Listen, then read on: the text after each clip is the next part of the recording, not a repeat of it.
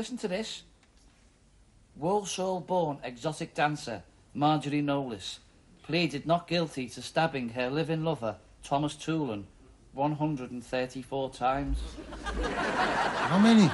When asked by defence counsel why she had stabbed Toolan repeatedly in this fashion, she replied, "I did not know how to switch off the electric carving knife."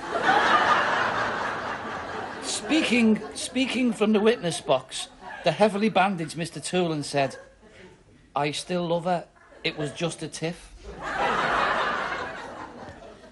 Why you waste your time reading them papers, I don't know. It's like the Beano with boobs.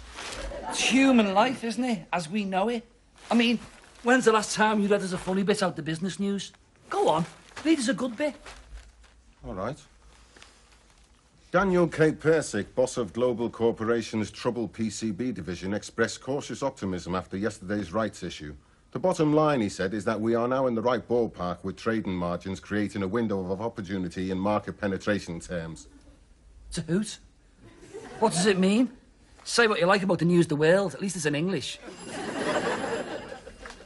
If that's St. Eustatius for the missions again, say I'm giving them nothing till they've Christianised the land and upstairs. They can leave the Chinese alone, tell them.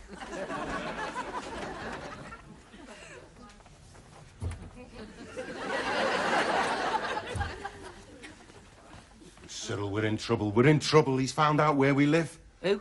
Not the bank manager. It's okay, Wes. You can open a bank account in any name and address you like these days. They can't do you for it. No, not him. Him with the big glasses and the mad staring eyes. Dennis Taylor. Bring him in. I could do with the coaching. No, not him. That's his name. Pycroft. Pycroft. Oh, no.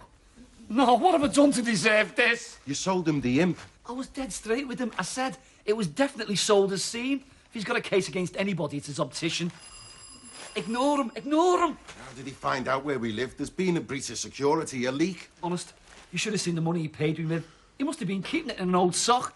Pity he never took the sock off. Filthy, dog-eared. Honest, they looked at me at the bank like I was spreading rabies. Have you ever seen a girl in the bank put rubber gloves on to count money? Who's it, lads? Just some loony, ma'am. How do you know he's a loony? He bought a car off us. That doesn't make him a loony. It's the fact that he's been round the pitch every day nearly for 3 months trying to get it fixed. That's what makes him a loony. Well, be clever. Don't answer the door. Oh, I've had enough of this. I mean, you're entitled to a quiet Sunday at home.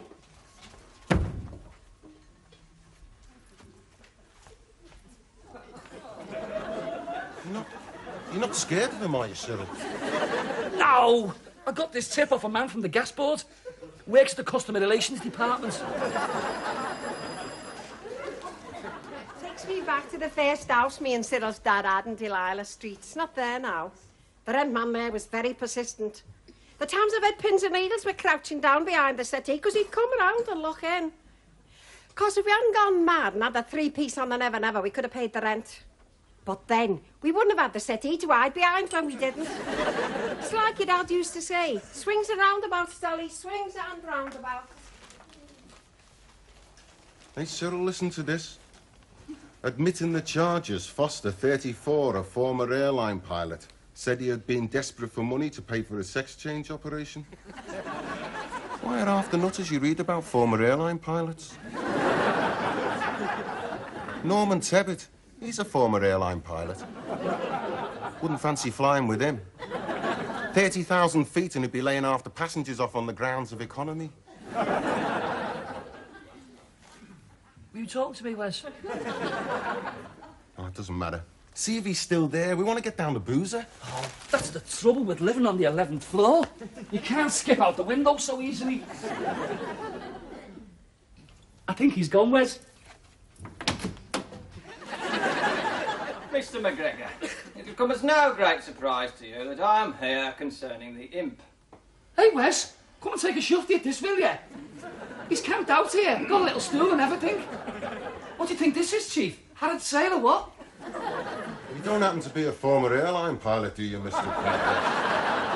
I'm simply trying to restore a faint semblance of meaning to the sale of Goods Act, Mr. McGregor. You've no right stopping there. That is council property. The terms of which Act state quite clearly that goods must be fairly described and fit for the purpose for which they're sold. That imp was perfectly fairly described by me, Mr. Pycroft, at all times prior to and at the time of sale. Oh, I do not recall you using the phrase, a bleeding death trap, which sprang to the lips of the RAC man. I told you were buying a collector's car. Do you remember me using that phrase? I believe you did describe the car in those terms. Right, a collector's car. Will you get onto the corpy and they will come and collect us now on your bike? A cruel remark in the circumstances, Mr. McGregor. Come on, Wes. Going down the boozer, ma'am. Oh, that's handy, because I'll know when to put the meat in. I've told you, Chief. Mr. McGregor, I've paid repeated visits to your business premises. That will no doubt be stressed in the defence at my trial, Mr. Pycroft. And I've every confidence that the charge will be reduced to manslaughter with words of sympathy from the judge. I wouldn't advise you to be here when we get back, Mr. Pycroft, because Cyril here is a bit of a former airline pilot, and once he's had a bevy... If you would prefer to conduct the business at a convenient hostelry, I am more than willing. Chief! I like a quiet jar or two of a Sunday. I should point out, Mr. McGregor, that I've agreed to be photographed with the imp in front of your premises with a view to publication in the local papers. If I have to be photographed bruised and bandaged, so be it. Come on, Cyril. If you're still here when I return, Mr. Pycroft, it's the nut, all right? Photograph or no photograph.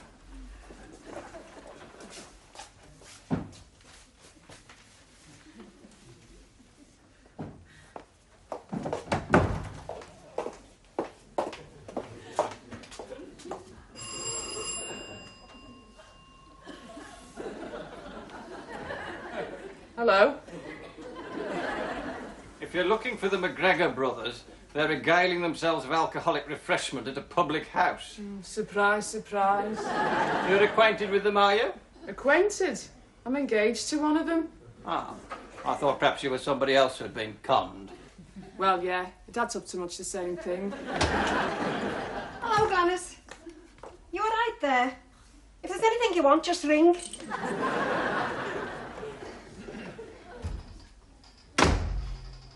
Typical. They're just down the pub and it's the women doing all the work. Oh, well, they'll bring us a bottle back. I haven't got time to go for myself. That's what I mean. Tell you the truth, I'll be glad to get them out the house. I know what you mean. Because that Gladys was coming round here for me dinner. Because our Shirley's over. We're in. The drip. And there's Sharon and Darryl. I mean, you can't blame them, but honest, just the sight of them's the best contraceptive yet. But you're right off having kids all together. She wants to get shut of him, he's holding her back. Who's that fella sitting outside? Oh, somebody what bought a car off our Cyril. Oh, the world's full of sadness, isn't it? He's finally got the message, Wes. That's something. He's finally decided that there's better things to do of a Sunday than to play flying pickets around here.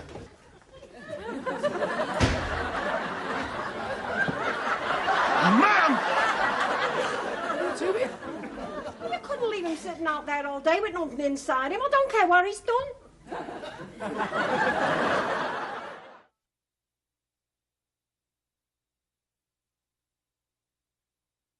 Would you like a bit more off the joint, Mr. Pocock? Most acceptable, Mrs. McGregor. Cut Mr. Pocock another slice or two, Cyril.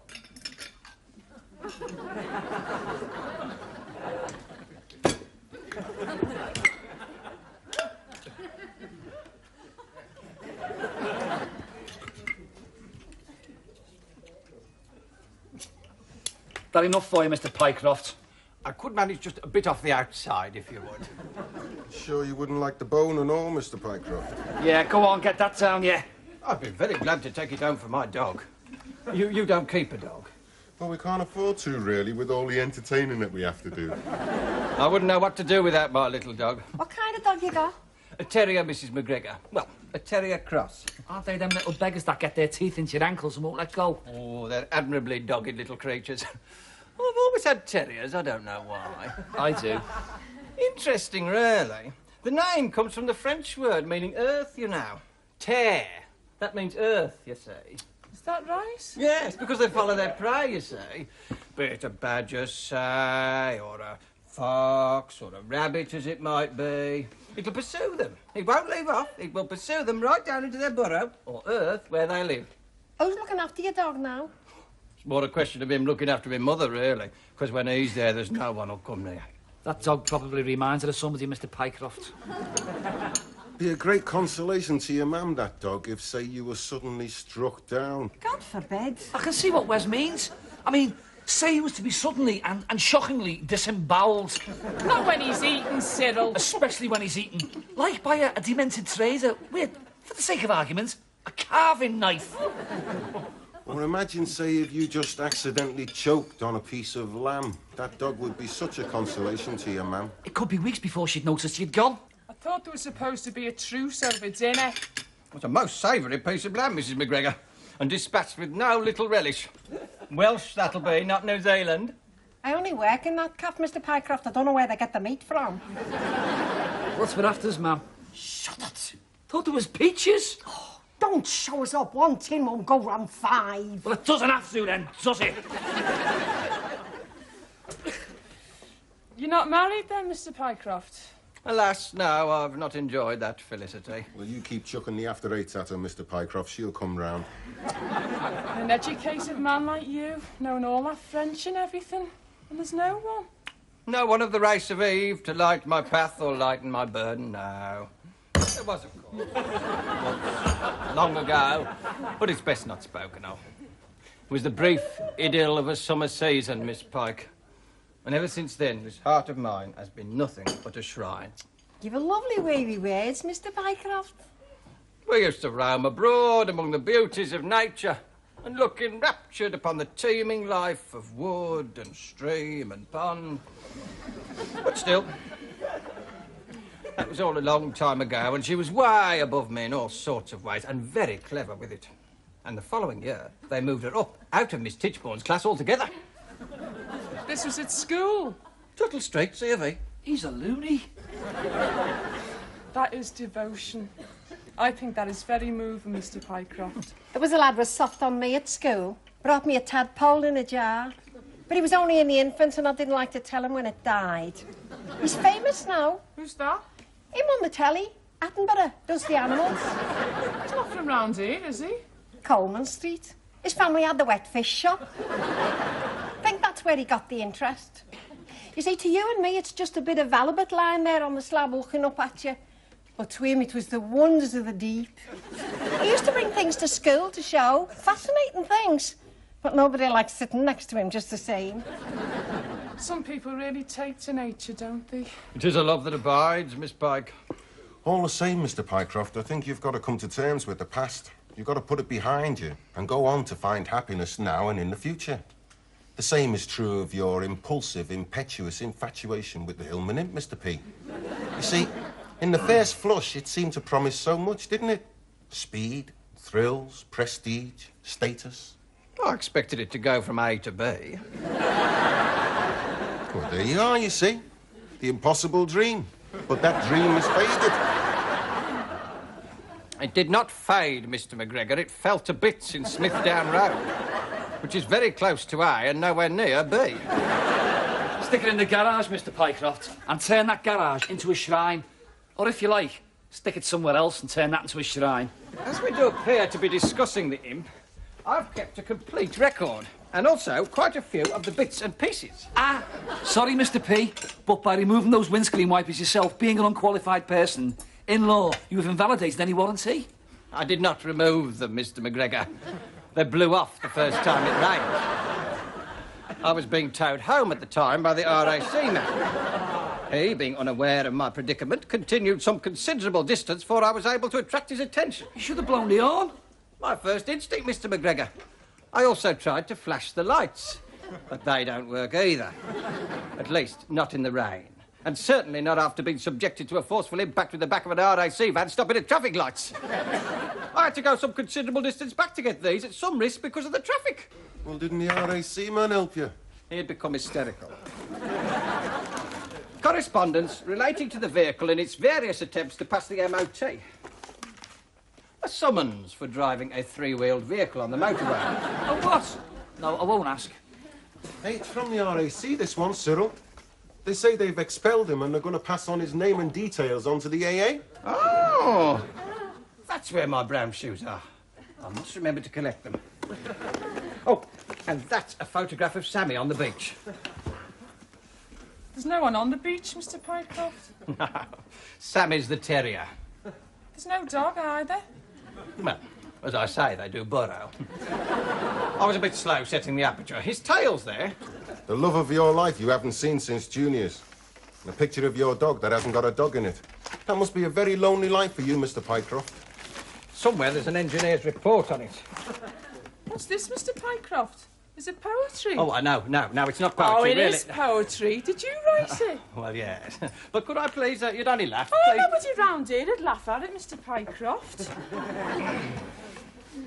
My love is like the restless tide that softly steals upon the shore, a sage that cannot be denied. Though it goes out, it comes once more. Shut up, you! You smell of evaporated milk. I think that's lovely. When did you ever write me a poem like that? They're not poems, really. There's a tune to it. They're songs. They're all songs. Mountains and rivers and birds in the air remind me of you, and they're everywhere. That's quite a jolly one. I don't write many jolly ones. And you sing them, Mr. Pycroft? Sad to relate, the Lord, who gave me the gift to express my innermost feelings in words, did not grant me the voice to go with same. I have to whistle the tunes, and I hear the words in my head the way they'd go to it. And has nobody ever sung your songs? No. Well, I think they're lovely. Oh, they are. Cyril's a singer, you know. Of sorts. What do you mean, of sorts? Well, you seem to have written a lot of them.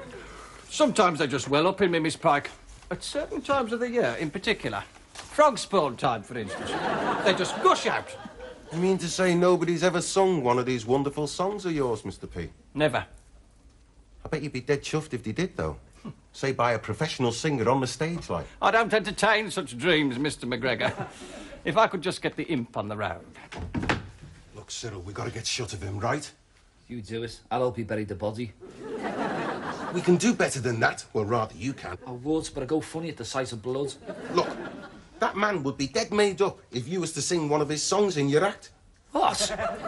Under no circumstances am I singing that rubbish. Well, if it'll give Cole Porter one quiet night in his grave, all right. But take my advice, Cyril. Do it as your first number while the Rush to the Bar's still on. That way it'll hardly be noticed. That is the advice of a shrewd old pro, Mr. Stanley. Much appreciated. Hey, you two, fish and chips, go on. This is a high-class establishment. There's royalty and all sorts comes in here. Nigel. I picked the best number I could, like. No, you didn't. You picked the worst one you could find. There wasn't that much difference. At least they're sincere, them songs. Which is more than anyone can say for your performance, on stage or anywhere else. The main thing is, have you sorted it out with Eric? Nigel. The chips and all, Nigel. That's the whole point. It's all rehearsed and everything. Eric said it reminded him of Andrew Lloyd Webber. Yeah, he said half the fun was playing Spot the Tune. I thought the whole idea was he was supposed to be coming in. He is in. He's with Wes. That fella. Him.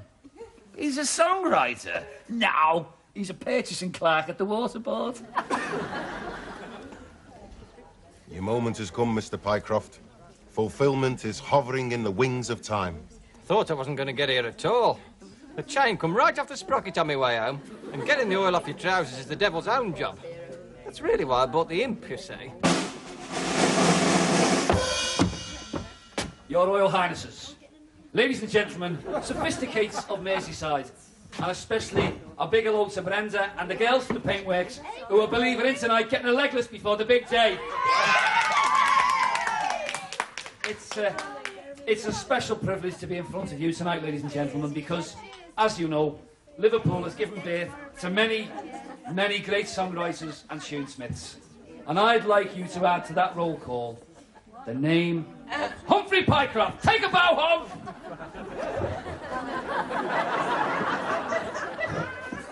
And now, for the first time on any public stage, a Humphrey Pycroft number I know is going to be an evergreen. Take it away, Eric.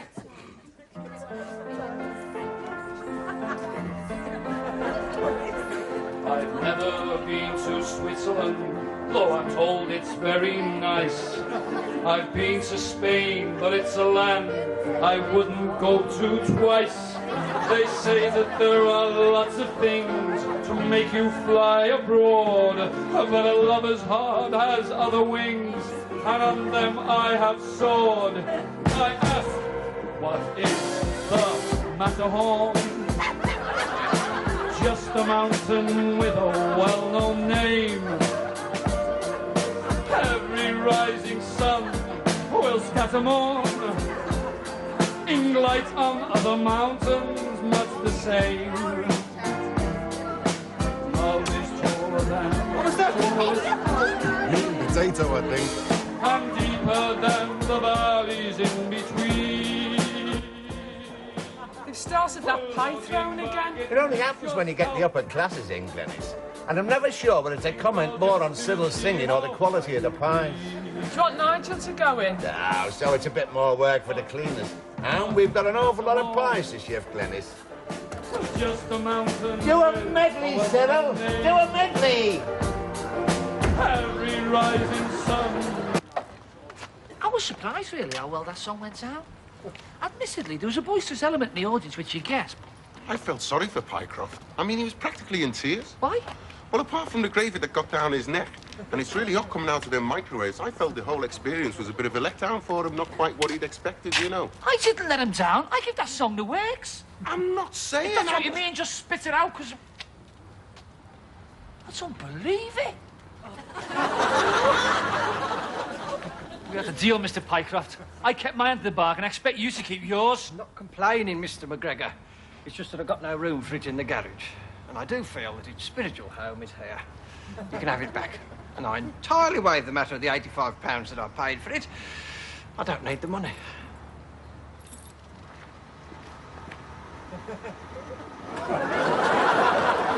Mr. Pycroft, what's all this about? Did no one approach you after that night at the Blue Cockatoo? No. Oh, the man approached me. Said he knew someone he thought might be interested in my song, so I got in touch. I was somewhat sceptical at first, as you can imagine, after the false impression, I can only call it that, of the song which you conveyed. But there are those who can see the gold beneath the dross, and it all just happened for me. I sold a complete album of songs with the most generous advance. Now, I must dash. I have a meeting with Mr. O'Connor. Well, dare I call him now?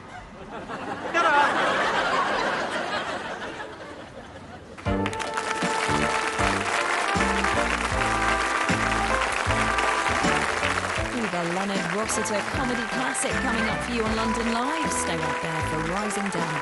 We're next.